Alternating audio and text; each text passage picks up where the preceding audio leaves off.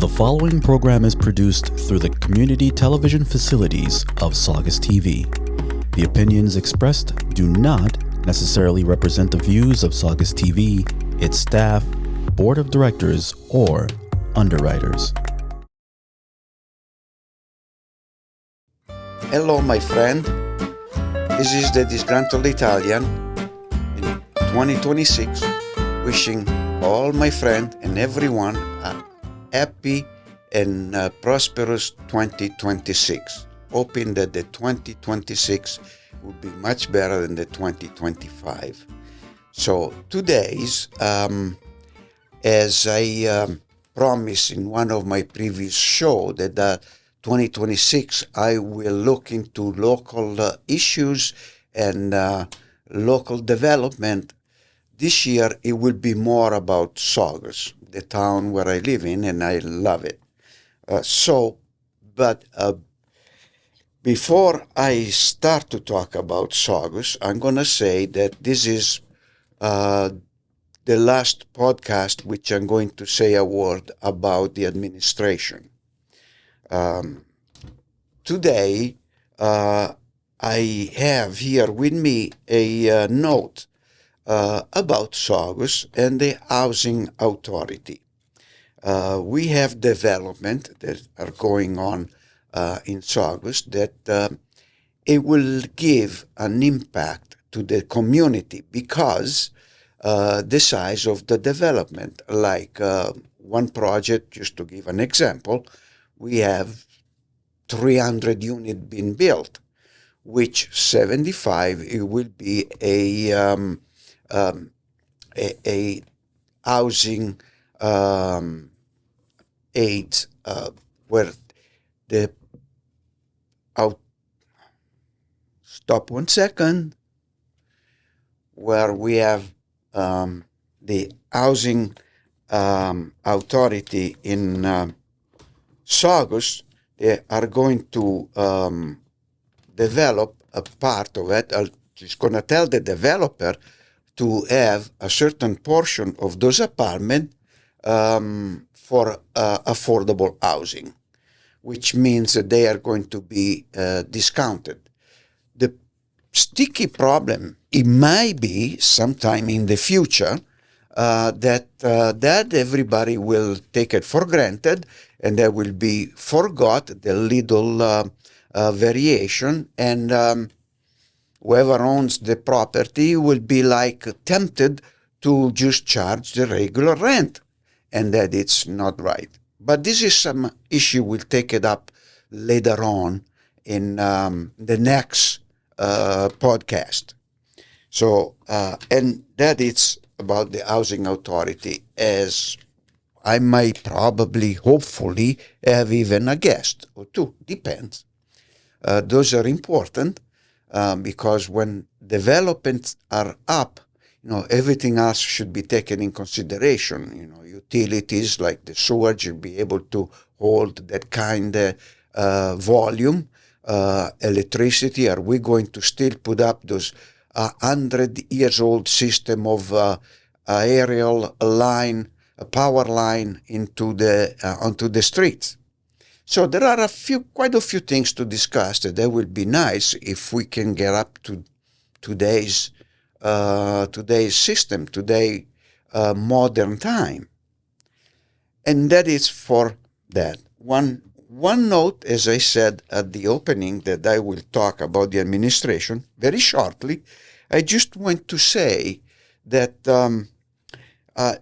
I found out from a courtesy the NBC News, and the reporter is Ben Camisar, that more than a dozen donors gave $1 million or more to the Trump-affiliated MAGA Inc. Super PAC.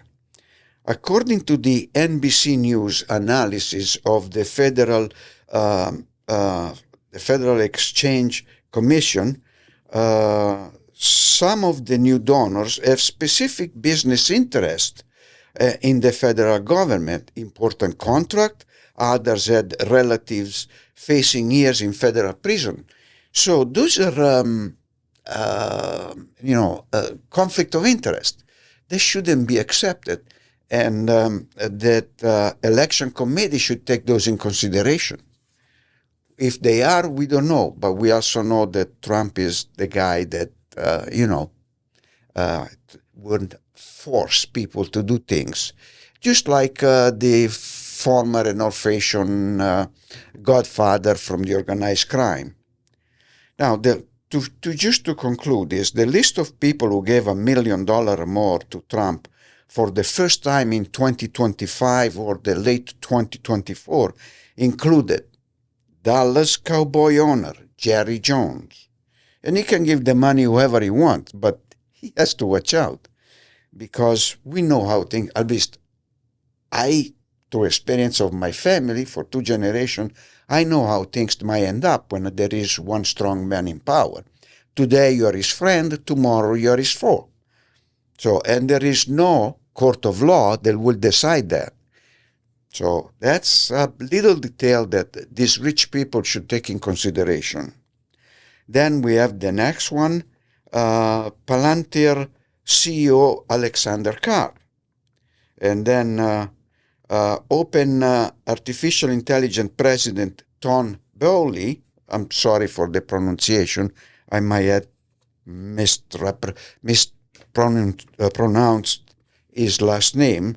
It is spelled Boehly, who co-owned several of world's most popular sport teams.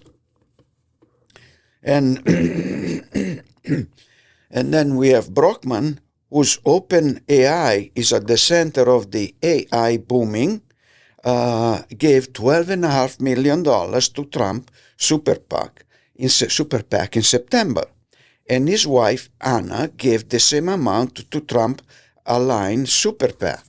So, in light of those information, we know, in addition, that Trump is going to try to modify the rules of the mid-election 2026, so that more likely, which doesn't take a lot of guessing here, more likely it's going to be in his favor, just like Putin did in the early days of his presidency. So, and this is about Mr. Trump and his acolyte and whoever they are over there.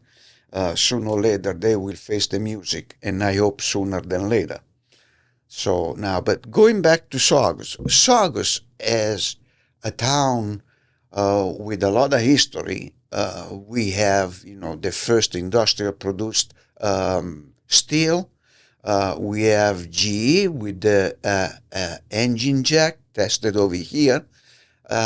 We have the first light at the beginning of last century. There was produced a GE that give light to those days were the baseball game, and right now they are used on all type of sports, baseball, football, soccer, you name it, and they have those night game too. So thanks to this in Saugus. And we have a person in history that facilitated and helped the United States government to purchase the Alaska state from Russia. So we do have quite of extensive history in Saugus, and I love Saugus. It's a quaint town. So my opinion, it could be even a better looking town and more quaint if those aerial power line, it should be all buried, it should be all buried underground. Many reasons, financial, that it will be will be more cost effective, make repair through the years. It will be an expensive proposition. Yes, it could be divided in stages. When there is a will, there is a way. So, and that is about my hope for Saugus. So I will be immersed myself for the 2026 in Saugus. I'll have to look on the new dog park. We have several meeting, and it seems like everything is now ready for construction. And that is it. I live in Saugus since 1983, and I came to grow in Saugus. I love Saugus. I like it. If any other place, if I can stay in Saugus, I would like to go back to my old Italian nation where my friends are. And this is feelings that this old disgruntled Italian, which disgruntled to a point. I like more solving problem by conversating, by negotiating, than be aggressive and angry, because that doesn't bring any good solution. And that is a situation that is at my heart. So, my dear friend, the disgruntled Italian will be mad only if the solution in Saugus are not done correctly. Doesn't necessarily have to be of my liking, but that has to be good for Saugus, good for Republican as well as Democrat and independent. And maybe, God knows, in future an additional party. You never know. Italy has dozens of parties and they never folded. They are okay.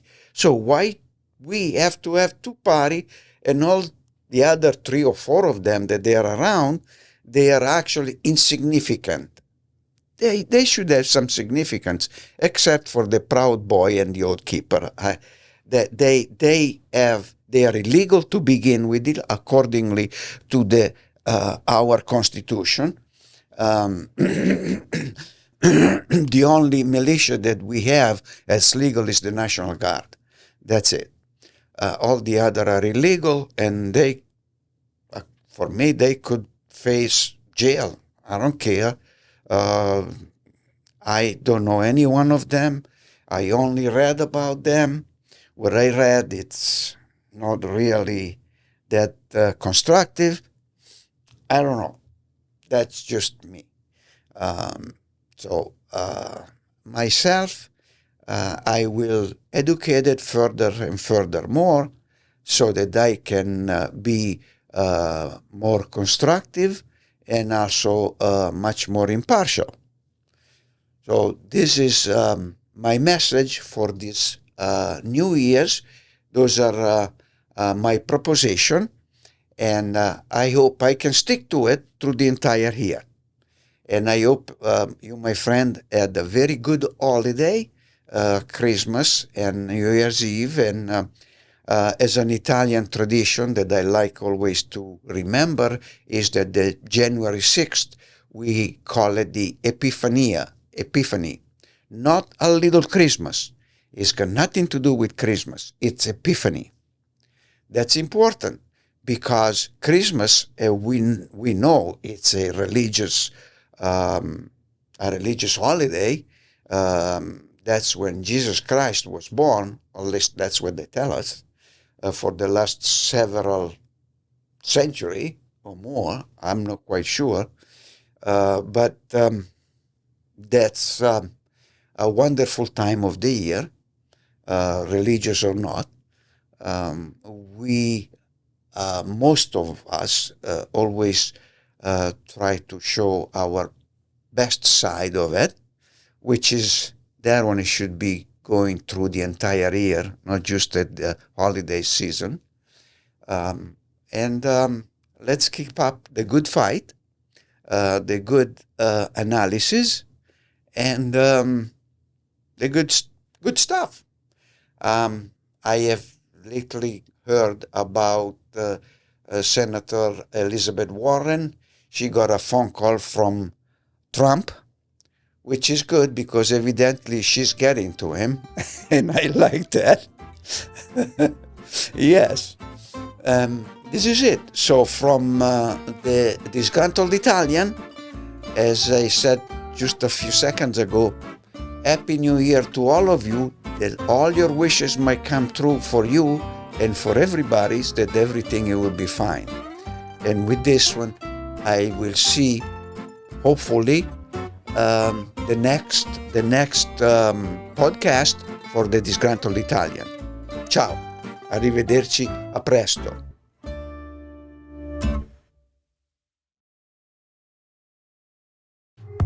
The preceding program was produced through the community television facilities of Saugus TV.